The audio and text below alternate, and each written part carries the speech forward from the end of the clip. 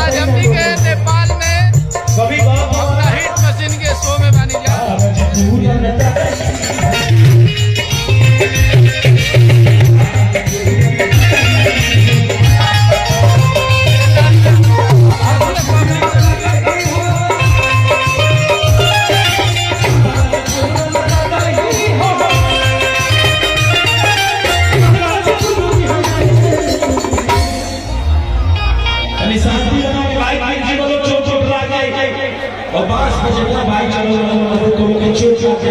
शांति बना भैया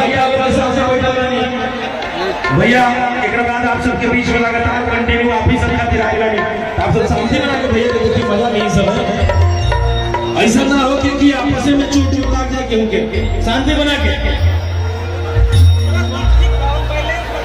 किसी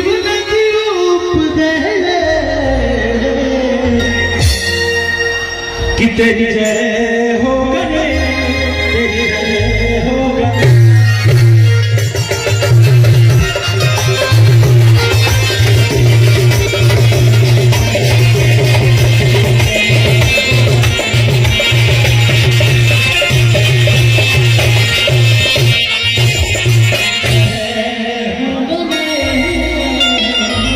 हर तरह से ताली बजाई जाए ये बात है। मैं चाहूंगा बड़े भैया खेसारी लाल यादव जी आएगा क्योंकि ये जनता जनार्दन से